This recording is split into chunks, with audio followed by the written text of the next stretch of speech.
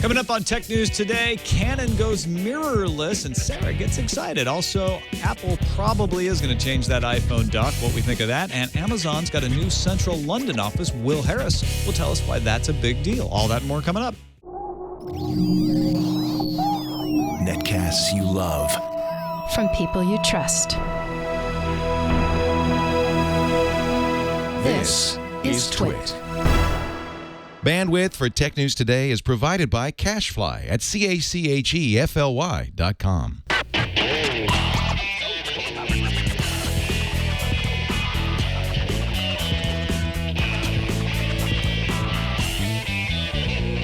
This is Tech News Today for Monday, July 23rd, 2012. Tech News Today is brought to you by GoToMeeting with HD Faces by Citrix. It just takes a webcam and a click to turn your online meeting into high-definition video conferencing. Meet with colleagues anywhere in the world, even from an iPad. Sign up for your 30-day free trial today. Visit GoToMeeting.com, click on the Try It Free button, and use promo code TNT. And by Gazelle, the fast and simple way to sell your iPhone, iPad, MacBook, or Android smartphones from your home or office. Find out what your gadget is worth at Gazelle.com.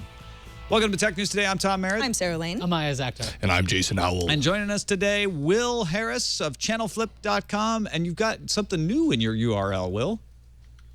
Yes, very exciting. YouTube.com/fully charged show is the new show that we're making that's all about electric cars and green tech and all that sort of thing with a friend of the show, Robert Llewellyn. All right, we're going to talk to Wil a little more when we dig deeper in the stories, but let's start off with the top 10 stories of the day in the news feeds. Amazon may be keeping its new tablet details secret, but apparently they didn't tell Staples. Dimos Parneros, president of the U.S. retail for Staples office supply chain, told Reuters that Amazon is set to introduce 5 or 6 new tablets with at least one 10-inch model. The 5 or 6 he mentioned may count different storage capacities as different models, so there may only be 1 or 2 actual new tablets coming. Parneros didn't have anything to say about an Android phone.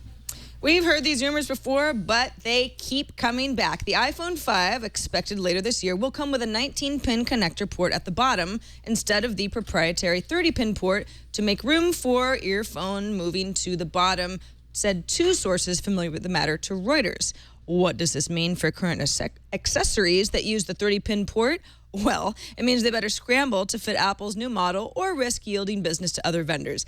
There's not really a rush, though. I'm kidding. You should hurry. You should hurry. Yeah, you really should. Well, guess who finally showed up to the party? Canon finally introduced its first mirrorless camera to launch in October. $800 will buy you the Canon Iyaz M with a 22mm lens. The camera has an 18-megapixel sensor. The sensor is the same size as Canon's Iyaz Rebel DSLRs. According to the Financial Times, Nokia is in talks with European cell phone carriers about exclusivity for Windows 8 phones. The theory is Nokia hopes to generate the sort of hype the iPhone got when it launched. Rumored deals would give the chosen operators a stake in the profit of the phones, giving them more of an incentive to push the products. Isn't it annoying when you download a free app from Apple's App Store, but Apple prompts you for a password anyway? Yes, it's free. yes. Why do you have to do that? Well, Cult of Mac notices that with iOS 6, you don't have to. And you won't have to for apps you've downloaded in the past either. Samsung was pleased as punch to announce its Galaxy S3 has already sold 10 million units worldwide 2 months after its release. It took the S2 5 months to hit the same milestone. Take a note, other phone makers. You don't need silly exclusives. You just need awesome devices. Wait, you're talking to Nokia, aren't you? Maybe, just maybe. Faster Wi-Fi just got another step closer. Marvell announced a partnership with startup Ylocity to make tri-band chips. They use the 2.4, 5 gigahertz, and 60 gigahertz standards. That combination will allow devices to connect to existing Wi-Fi networks while also taking advantage of the super-fast 60 gigahertz band. Under the developing 802.11ad standard, 60 gigahertz transmissions can hit up to 7 gigabits per second. Ylocity has already partnered with Qualcomm to produce tri-band chips, which are expected later this year. Marvell's chips won't arrive until 2013. Did Apple infringe on Samsung 3G patents? Yet another legal spat between the two companies has commenced again. Trial has begun in Sydney, Australia, and it's already off to a really great start. Bloomberg reports that federal court Justice Annabelle Bennett called the trial ridiculous and asked, why on earth are these proceedings going ahead? Bennett seems to want to send Apple and Samsung into mediation, something that they've already been ordered to do in the U.S., although it didn't really come of anything. She'll make her decision on that by the end of the week. Judges are just getting tired, aren't they? Yeah. I hear more and more of this. Funny. Famous patent troll Unilock is suing Mojang, the creators of Minecraft, claiming the company infringes a patent on copy protection software. Many have noted they misspelled Minecraft as Mindcraft in the filing. Marcus Persson, a.k.a. Notch, said that Minecraft does not perform license checks in the manner described by the patent, and he will fight the accusation. Let me tell you guys a story. Okay. Apple and Motorola were suing each other in the U.S. Each said the other infringed on its patents. Each argued that there should be injunctions issued to stop the sales of the other products and that damages weren't enough. Well, U.S. Circuit Judge Richard Posner said, nah, your arguments are silly. Damages would be enough, but your damages theories are nonsense. Then he threw the case out. Well, guess what? Today, both Motorola and Apple filed appeals to the dismissal. We are not silly. This is the story that never ends. Yes, it goes on and on, my friends. Is that what they're appealing? We're not silly. No, You said we're silly? We're not silly. We appeal. Silly was me paraphrasing. All right, let's take a quick break. Thank our sponsor for today's show, GoToMeeting. During the summer, everybody's gone. Everybody's traveling. Look at our host schedule for June and July. It's crazy. Vacations, shorter days, working remotely. So getting a meeting with all your clients and colleagues in one place can be impossible. Definitely impossible in one person. One place, almost as bad. That's why we recommend GoToMeeting with HD Faces. It lets you meet face-to-face no matter where you are this summer. Here's how it works. With GoToMeeting by Citrix, you just take a webcam, you send a link, you click on the link, you're collaborating in group HD video. You can even join from your iPad. You can see your attendees eye to eye while collaborating on documents in real time. You feel instantly connected even if you're thousands of miles apart. Plus, GoToMeeting is easy to use. Just download the free GoToMeeting app on your iPad if you want to join. It does make a huge difference, too, when you're having these meetings because you actually see the people. I feel like I've met with the folks that I've met with on GoToMeeting versus people on the phone, which I'm like, I don't even know what they look like. So try it out. Our listeners can try GoToMeeting for free for 30 days. Don't wait for the special offer. Visit GoToMeeting.com right now. Click on the Try It Free button and use the promo code TNT. Be sure to use that promo code TNT when you try it. And we thank Citrix and GoToMeeting for their support of Tech News Today. All right, let's dig into some stories here and start with the dock. This is another milestone along the rumor mill road to Apple changing the dock, but it's Reuters, right? Right. We have a Digitimes report saying Pegatron is building the iPhone 5 or whatever they're going to call the device. Reuters now has a report saying the dock connector is going to change from that 30-pin to a 19-pin. Will, I want to ask you this. I mean, Apple's pretty famous for drawing lines in the sand with its laptops. They change ports numerous times. But this is the 30-pin dock connector that's been on a very popular consumer product that goes well beyond the laptops. What do you think Apple has to do to keep the people happy? I don't think Apple will do anything to keep the people happy. I think it will make a lot of money selling $19 adapters for the 19-pin connector. I think everything that Apple has ever done suggests, oh, we're going to drop a port, we're just going to sell you an adapter to change it to an actually industry standard one. I can't see that there's anything that would make them change that pattern of outrageous behavior. Apple in the past actually has changed the 30-pin dock connector before. When they switched from FireWire to USB 2.0, they actually changed where the charging pins were. So if you had the old connectors, it didn't work. It didn't charge your new devices. Mm-hmm. And they didn't offer any apologies about that at all. They just said, get another adapter. And actually, Apple didn't sell an adapter. You had to get a third-party adapter for that. And Tom, what do you got there? But those third-party adapters the multiple adapters for DisplayPort that I need when I'm going anywhere, just in case they don't have DisplayPort, which they never do at any of the places I need to hook up my laptop. They match everything really nicely, though. They are all white. It looks like they all white belong goes with together. So what do you think? You think they're going to do it? They're going to pull the trigger with 19 pins? Yeah, I mean, we keep hearing this. I get why. I'm one of those people who actually kind of am looking forward to a headphone jack on the bottom of the phone if that ends up being true. So, yeah, this sounds like something that Apple is going to do. And no, I don't think that Apple is going to give people a bunch of free adapters because that's not what they do either. In fact, they'll make whatever announcement where we hear all of this, they will make it seem like it is the best, most revolutionary adapter that anyone could ever possibly hope to use, and somehow will make the whole thing seem better. Yeah, the last free thing they gave away, I think, was the bumper because they were being... Oh, and that was grudging. That was not exactly a nice thing that they did. Right. And on top of that, Apple, I think what they're going to do in the presentation is just simply say, You don't have to worry about that. We have Wi-Fi syncing and we have AirPlay, so your devices will still work if they have AirPlay. In other words, they're going to pretend like they're not cutting off everything that has that 30-pin dock connector.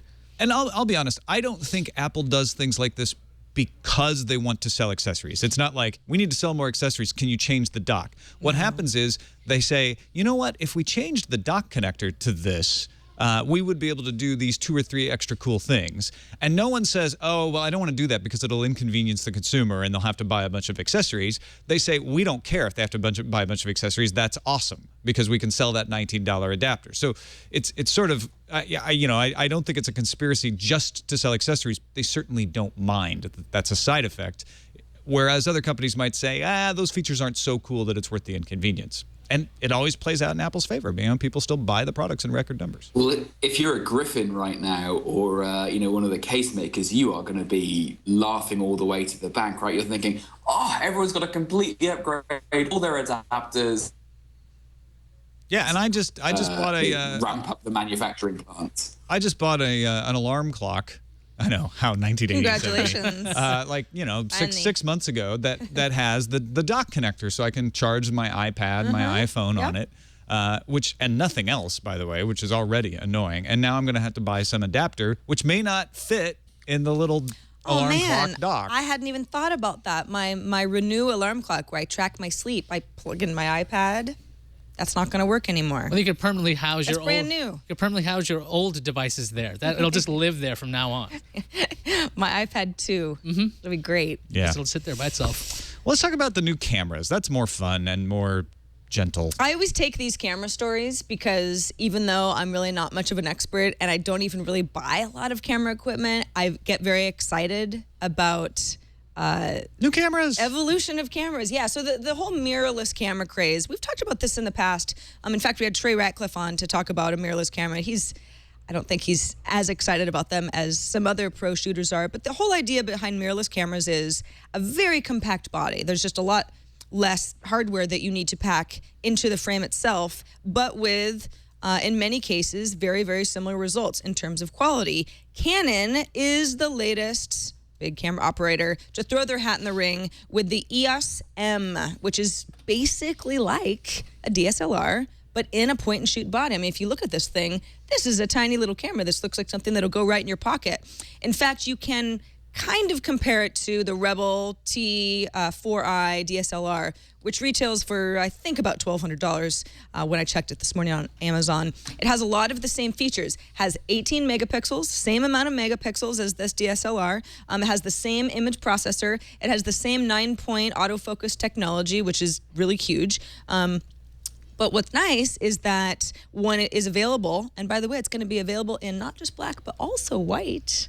It's a first. 2 colors. Yeah, the white's only going to be available on the website, but still. Yeah, that's cool. It's almost kind of an iPhone-y type of a feel for $800.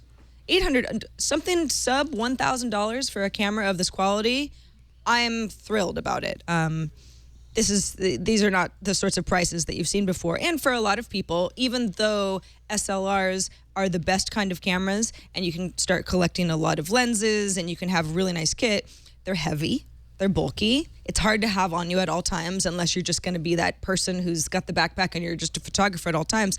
This is the sort of camera that is amazing quality and really just kind of brings Canon into the fold because mirrorless technology for cameras is a pretty big thing right now. I mean, I guess smaller isn't always better. When it comes to cameras, if you can do it with less bulk, that's always a good thing. And is that the big advantage of mirrorless? Is it gives you high quality camera but in a smaller package? Smaller and cheaper. Yeah.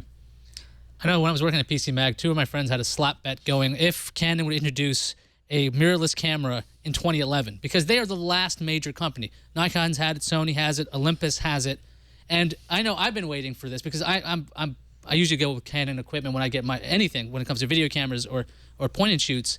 And this is the thing I've been waiting for. I mean, the video is always a little bit wobbly as far as I'm concerned with this.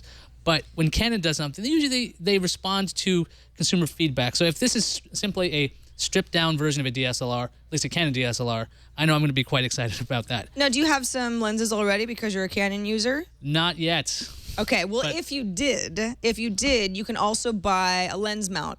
$200, you get what's called the mount adapter EOS M, and that is to use with Canon's EF and EFS lenses. So if you're the kind of person who says this all sounds fine and good, but I've spent all this money on expensive lenses, I want to be able to use those.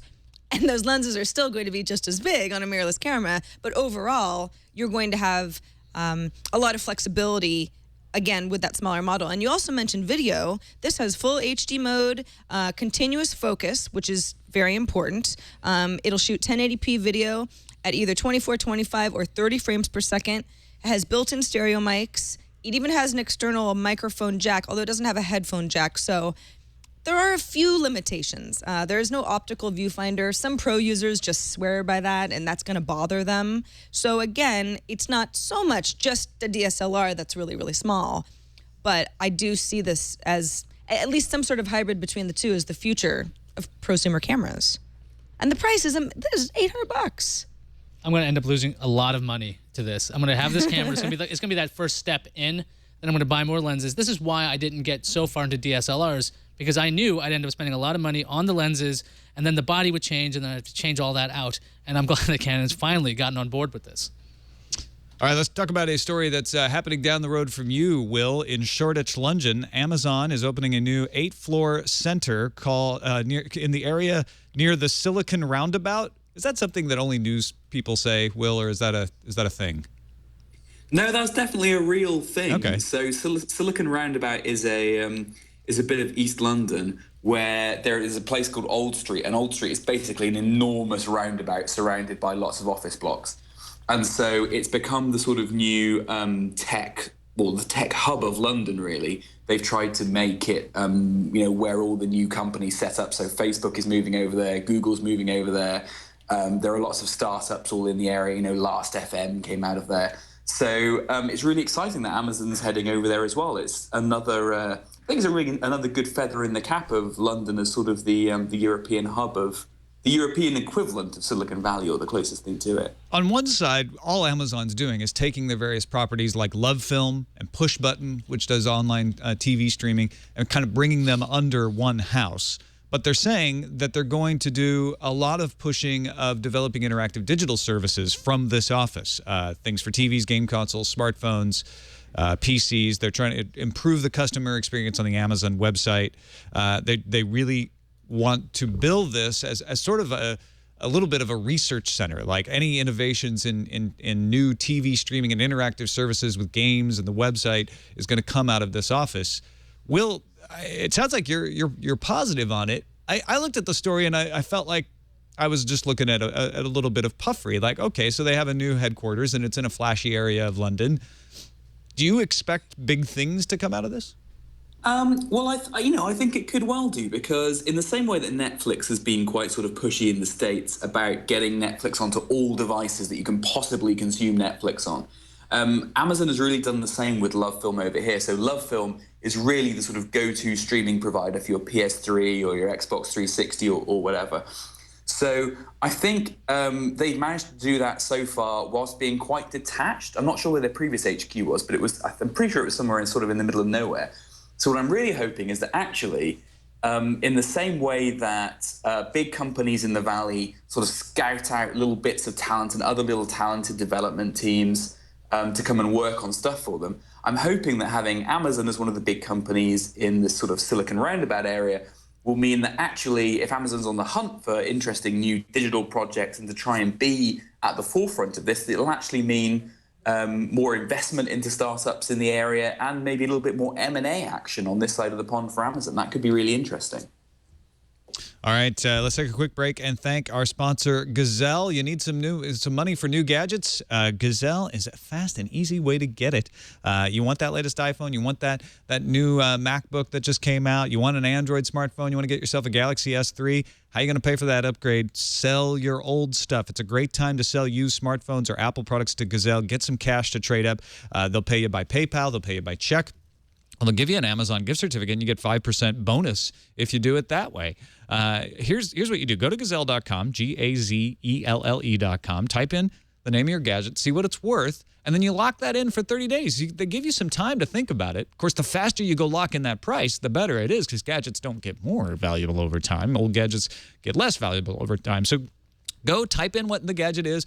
Be honest about the condition. They are going to take a look at it. But you know what? If it's in better condition than you say, they'll upgrade you. That's happened to me once, actually.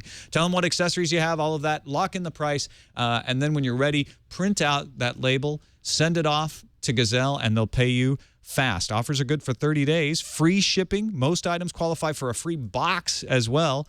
And they pay you pretty fast. I've done this a bunch of times this summer. So do it now, because the sooner you do, the more money your gadgets will be worth.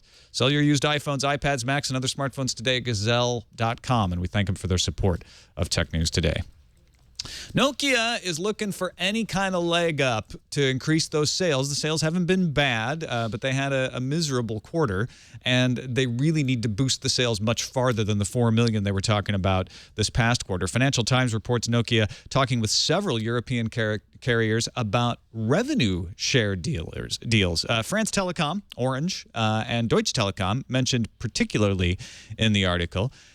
What they're talking about is saying, let's make the Nokia Windows Phone 8 phones more profitable for you than the Galaxy S3 or the iPhone. Why? Because then you'll push them. That's the big problem, is getting the salespeople out in the stores to say, hey, have you looked at this Windows Phone? This is pretty cool. A lot of people don't even know they exist. So they're going rather far and saying, we'll cut you in on the revenue. Now, they've tried carrier exclusivity in the U.S. This is not the way Nokia usually does it. They usually say, we're going to give our hardware to everybody because we'll sell more phones that way. But in the U.S., they sold the Lumia 710 exclusively through T-Mobile. They sold the Lumia 900 exclusively through AT&T. And I guess they like what they found. Is this a good thing for consumers, or is it a step back, making carriers in Europe more on the U.S. model? Will, would this play where you are? Oh, nothing plays where you are. I guess not. Connection goes down. What do you guys think? This is the sort of thing where, okay, so the whole idea is Nokia is saying on the phones themselves are not cool enough for consumers to just naturally want them. You know, there's not enough of that forward momentum to say this is better than an iPhone. As a consumer, we want the latest and greatest, and that's what Nokia is offering. So it's a little bit of a, we'll make the profit margin look better to you, carrier, but now you have to help us try to convince these consumers that they're on the wrong track. It's in their best interest, right? If they're going to get money for it. It's in their best interest. I just wonder how successful they can be, because consumer momentum is, I mean, I know advertising works in some respects, you know, depending on the way that they're spinning things, but that's a really tough thing to do, especially when you're talking about phones that I don't think are direct competitors anyway. I don't know if it'll necessarily be bad for consumers, because Nokia, at least it's been the rumor that they will be differentiating their phones anyway. They will have a level of customization on Windows Phone 8. So theoretically, it could be something like what Samsung did in the United States, where there were exclusive Samsung Galaxy S2 models. There was like this. Yeah, they're all called some weird, silly name. hated that. However, they were able to be on a lot of different carriers, but maybe Nokia, what they can do is customize the experience for each carrier to the point where the carrier is willing to put up the advertising money, because their model of, look, we have really great stuff here.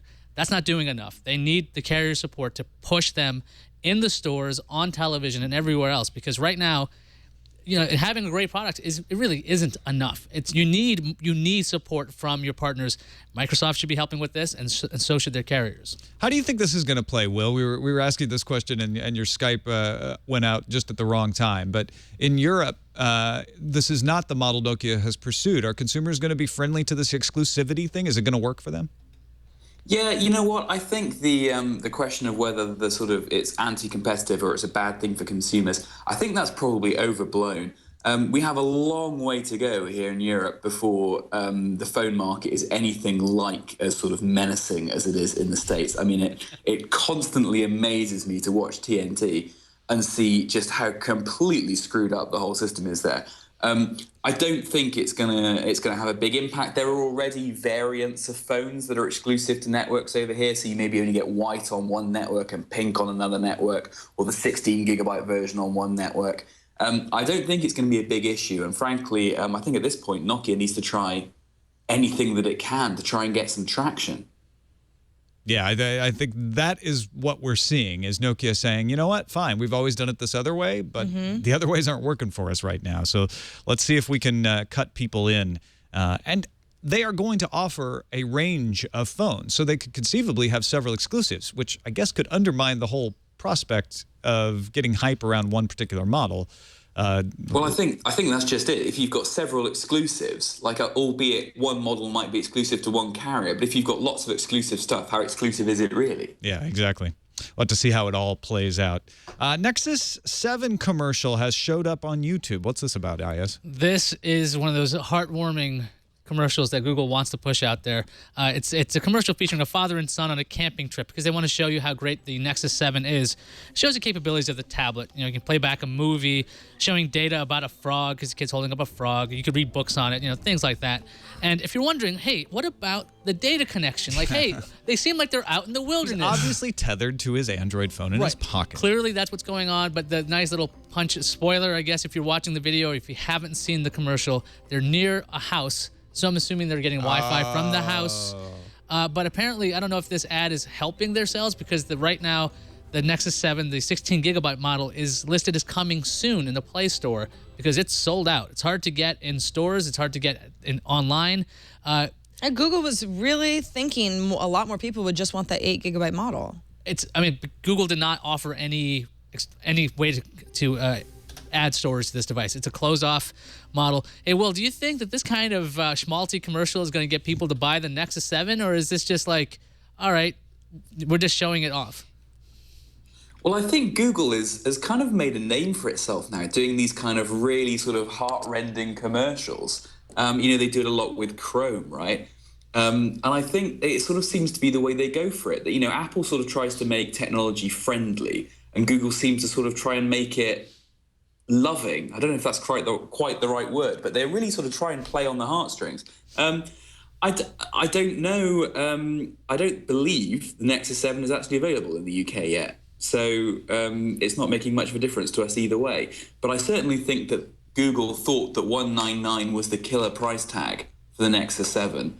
And so put out the 8GB version expecting to go nuts on the 199 without realizing quite that sort of pure Android experience really appeals to the geeks who would want 16GB or even 32 or 64GB and aren't as sort of locked into that 199 price point. So I think they massively underestimated how valuable that 16GB version was. Actually, it is available in the UK, and it's sold out at PC World and Curry's.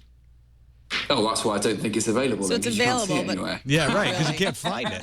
But not available. Yeah. Conceptually available. Tom, is the Nexus 7 going to replace baseball for fathers and sons to bond over? Yes, it will replace baseball and Well, it's just a way to watch baseball. Instead of going to the game, you just go camp out in the backyard. That's sort of weird. After all of that, it's like, oh, we're just in the backyard. Well, we're not really camping at all. Because that's what people do, though. Yes. It's sort of like it's your first camping little safe light. Camping okay. trip. It's your first camping trip. It's your first tablet. I get it now. Because, it's safe. You're safe with the Nexus 7. Like, you're near your house. It's okay. I understand that that's the kind of commercial that we all say, okay, it's a little heavy-handed with the, feel-good stuff like that.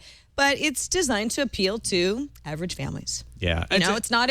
I'm sure Google loves the fact that geeks. If we even want to put it into that category, say the Nexus 7 is an awesome device, we love it, but they need everyone to feel that way. It needs to actually be something that you would buy instead of an iPad, and the iPad is very much a normal consumer device. Yeah, and this ad is not targeted at the geeks because the geeks are all immediately saying, "Well, where are you getting the data connection?" The geeks are like, "I'm not going to sleep in the backyard." The Android fanboys are like, "Well, you tether it. You just tether it to your Android phone because you get the hotspot feature, and that's what you do." And then at the end of it, they're like, "Oh, they're in the backyard," and all the geeks are disappointed because they're like, "Oh, you're underemphasizing the usefulness of the device." The majority of the people who see this commercial are just going to be like, "Oh, that's cute. Aw, the kid's in the backyard." Right. And then that's the way it's going to go.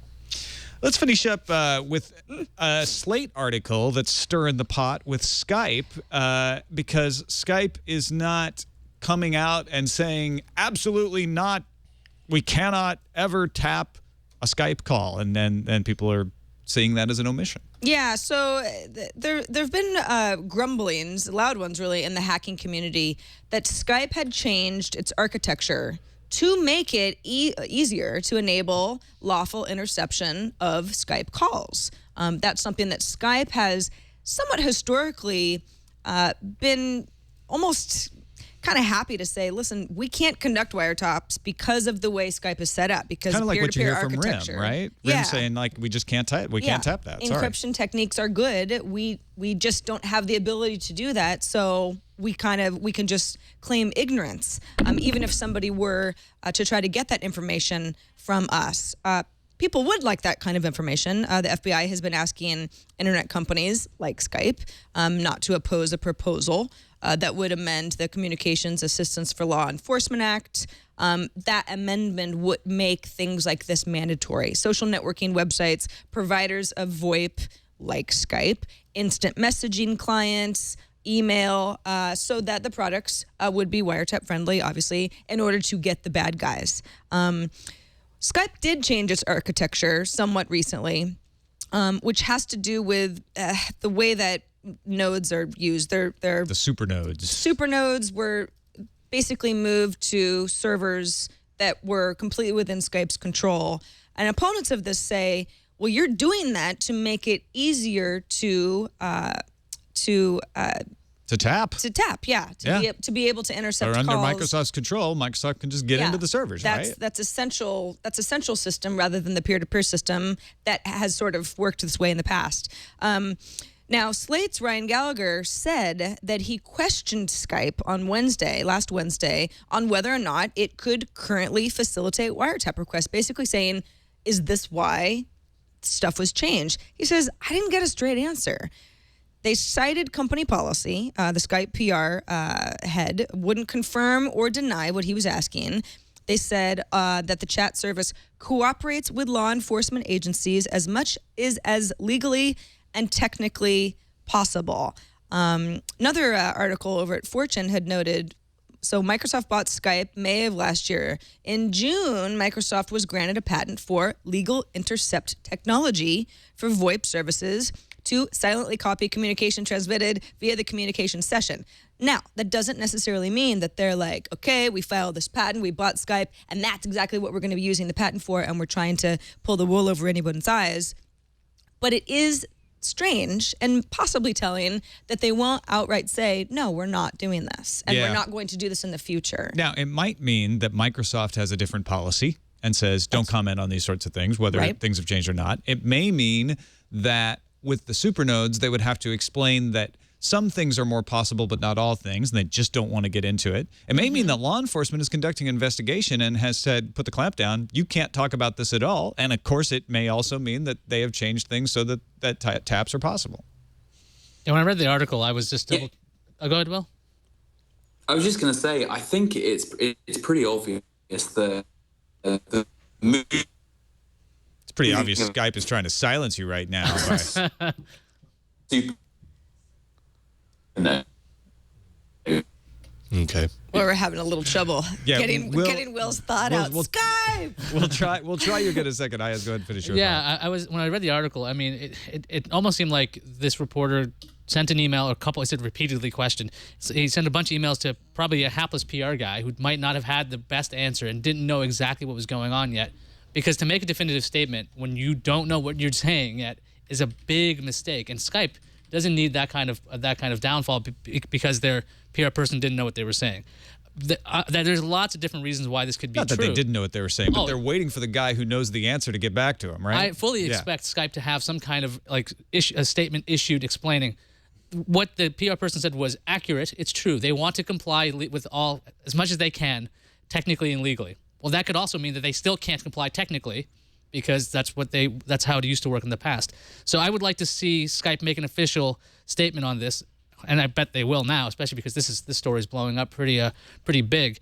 But I don't want to freak out just yet. I guess I'm optimistic again. It's more sort of a curious turn here more than anything. It's like, yeah, Skype is going to have to come back with something definitive. Here's what's going on. Here's why you can relax. Or here's how we do plan to change the terms of service, because we have to cooperate with authorities as long as everybody's on the same page. Yeah. Will, is your connection cleared up enough that we can hear you? Let's test it. No. No. We can see you, though. He's just really You look very pensive, still. though. Nice ring. That was a thoughtful screen for you. Oh, yeah, I might grab that one. For sure. All right. We'll try to get Will's thoughts in a minute. But let's go on to the randomizer. Randomizer. UCLA researchers have created highly transparent solar cells that not only could be used for Windows, but a writer for Extreme Tech points out, with all the other transparent technology out there, we could use them for transparent computers as well. Well, because that theory is based on what? Building a device with a transparent screen with a transparent battery. Transparent lithium-ion batteries And are you out could have there. solar. Transparent non-volatile memory. Computer circuits made out of graphene that are transparent. Right now, this is the beginning of this. Its efficiency is 4% compared to other cells that get about 30%, and that's usually been about that's been what limits solar cells in general. It's like you need gigantic pieces of glass to get any energy out of this. So it's an interesting idea, and I can't wait for this to actually come to a point where the efficiency is high enough. But then again, if it's transparent, maybe you can get away with low efficiency and put it all over on giant windows and giant buildings, so you get something back. But it just seems like it's just the beginning, early stages. So I'm excited about it. I kind of like the idea of how architecture might evolve. Right now, you see solar paneling on roofs sometimes that are designed to maximize the way that the sun is going to hit them. Think of that in more of like a skylight sense. It could be really cool because you want the same sort of sun hitting, but you can see through it. I'm just thinking about all the buildings will be leaning to one angle instead of it just being the roof. The whole building. Well, we already tried to. This is the brilliance of it, in my opinion. We already try to put windows at a place where the sun can get through them. That's why we have windows, right? So sunlight come through. So they're perfectly placed already to become big solar batteries. Well, they are, but you still have boxy buildings where you're designed to be able to see the sky, not necessarily be capturing as much energy as possible. That's true. It's not optimized for energy collection. It's optimized for light. But you know what we're doing? We're putting jobs back into the hands of window washers. Window Very washing. important. Yeah, definitely It's window gonna be big. replacers for sure. We're lower Yeah. power today. Could you clean the window, please? Jeez. Will, are you back?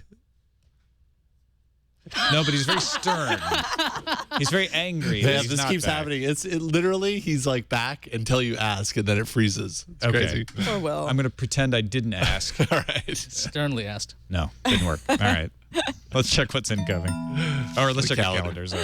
Linux 3.5 has been released. It was actually kind of a fun email that Linus Torvalds had sent out to developers, basically saying, a lot of you are European, a lot of you are about to leave for the entire month of August, so I don't want to get a bunch of notes about this and then not be able to get back to you. Here. Save it for 3.7. It's kind of funny. Maybe he didn't mean it in that way, but Yes, he did. well, okay. We might have. Tomorrow, July 24th, is the day that Blu-ray season one, Star Trek Next Generation season 1 arrives. I don't watch anything on Blu-ray, but I know Tom will.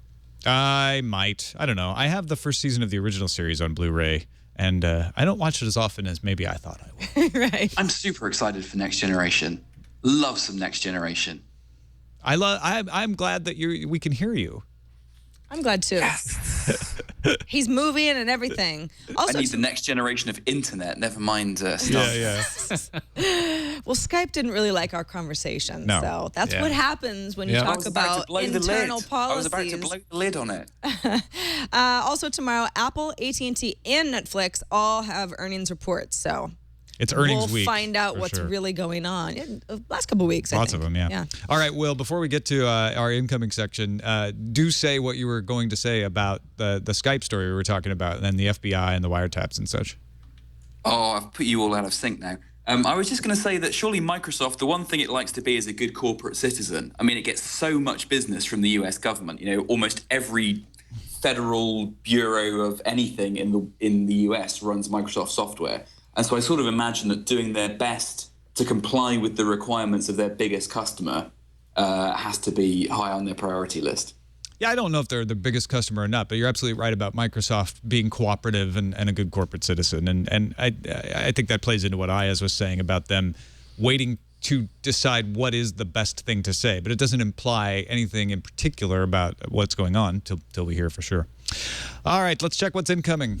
Incoming message. Bill writes in, says, last week you were discussing whether some of the recent high-profile shutdown efforts have really led to a reduction in the amount of spam. They're taking down some of those big botnets. After eyeballing it, I have been emptying my Gmail spam folder every Saturday night for many years now, and I've definitely seen a reduction in the number of spam messages I am getting. A couple of years ago, I was getting close to 200 a week. Shortly after the Spam King got his due, I went down to less than 100. This year, I'm hovering around 50 a week. Once within the last month, I got the fewest ever, just 8 in 1 week. So I would say we've turned the corner. There will no doubt always be spam, but we're developing the tools, both technical and legal, to deal more effectively with this menace. Obviously, an anecdotal piece of evidence, one person, does not a sample make. But if you're like, I don't know anyone who's seen less spam, well, now you do. Meet Bill. 8 in a week? That's I know, that's amazing. crazy, yeah. That's the lowest amount of spam I've heard of in a long time. Well, congratulations, Bill. I think probably what's interesting, though, is that, I don't know about you, but I get much less spam in my inbox, right? Bill's talking about clearing out the spam in his spam folder. Well, I can't remember the last time I saw a piece of spam make its way from the spam folder to my inbox, and I think that's been a really big change in the last couple of years. It is startling when it happens, when I'm like, oh, wait, look at this. This is actually spam. Isn't that cute? Then I respond and buy it, whatever they're selling. That doesn't really I don't make do that. any sense. Yeah. Shelton Clark writes in, hey, TNT, I have an idea that just might be able to save Windows Phone. Apparently needs saving. Here you the go, idea Nokia. of bundling. Basically, the customer gets a free Windows Phone 8 phone with a purchase of a new Windows 8 computer. Or to take it a step further and have a Windows 8 desktop, Windows 8 tablet, and a Windows 8 phone bundled together with a price of $1,500 or less. Samsung could pull this off. I think once you get the phone into the hands of consumers, they will actually realize it's a pretty nice phone. Do you think this is a good idea? I haven't heard this idea on the show before. Just thought I'd mention it. It's an idea. I don't know if it's going to save Windows Phone on its own. I mean, as long as those devices, if they were all like paired and they can all talk to each other right from when you unbox everything, I could think that could be a strategy. I don't know if a company like Samsung would even have to go to that measure because they're not exactly vested in Windows Phone, but they are a Windows laptop maker, so it could be in their interest. I could see Microsoft paying to give away a bunch of Windows phones along with purchases of like the signature editions of Windows 8 desktops or laptops as a limited promotion. But at a certain point, you can't just do it all the time. Yeah, much as you want everybody to be running sort of the ability to sync and feel like you've got the same experience on multiple devices, you're still giving away stuff. I forgot about the wrinkle of the carriers. You're putting in carriers with this, and when I'm buying a laptop now, I have to also pick a subscription plan where I'm getting that phone. That's going to really tick off consumers, I think. Sarah, last week you were talking about FaceTime users. Who are heavy FaceTime users? And so they wrote in. They told us, 2 different people told us that they use FaceTime a lot. One guy uses it, Andrew Smith, uses it 4 hours a week with his friends and family as they are all iPhone and iPad users. And then another fellow, Scott Ballard Ridley, wrote in and said his dad works in Dubai and they use FaceTime every day. They found the video quality to be better than Skype, and some of Skype's features are blocked in that country. So Skype doesn't work on iOS very well over there. So interesting points, guys. Thanks for bringing that up. Yeah, good stuff. Glad to hear from a few use cases for FaceTime. Thanks, everybody, for writing in. And thanks to everybody for submitting stories at our subreddit, technewstoday.reddit.com. It's the place to go if you want to let us know what stories you'd like us to discuss. You can either submit stories or just vote on the stories that have been submitted right there, technewstoday.reddit.com. And thank you, Wil Harris. Not for staying up so late anymore, but for sticking around the office at our new time. This is great. Well, it's been an absolute pleasure. I don't feel like I really deserve any thanks after British Technology's absolutely appalling performance today. But it's always a pleasure, and it's wonderful to see you guys in daylight. It's like there's actual sun outside. I know, right? That's what Wil looks like. He's not a vampire. I really exist. Yeah. Maybe you should try just going down to the tube station and using their Wi-Fi next time. Apparently, it's pretty Well, maybe awesome. I'll go and join Amazon over in Tech City. I bet they've got some nice Yeah, you can probably slurp off their Wi-Fi over there, too. But thanks again, Wil. And let folks know, once again, about the Fully Charged show. That's awesome. Yeah, so it's great. So Rob Llewellyn, who is a big fan of TNT and TWiT and has appeared with Leo a bunch of times, he's a big, passionate fan of electrical cars and future technology and green technology and all those kind of things. So we've made a YouTube series that's all about those things. So if you're into electric cars and future tech and that kind of thing, check it out. I can't wait to watch it. youtube.com/fullychargedshow. That's it for this episode. Thanks, everybody, for watching or listening. You can find us on the web, twit.tv/TNT. You can email us. Our email address is tnt@twit.tv. Give us a call. Leave us a voicemail. 260-TNT-SHOW is the Google Voice number. Thanks, everybody, for watching or listening. Dana Wollman joins us tomorrow. We'll see you then.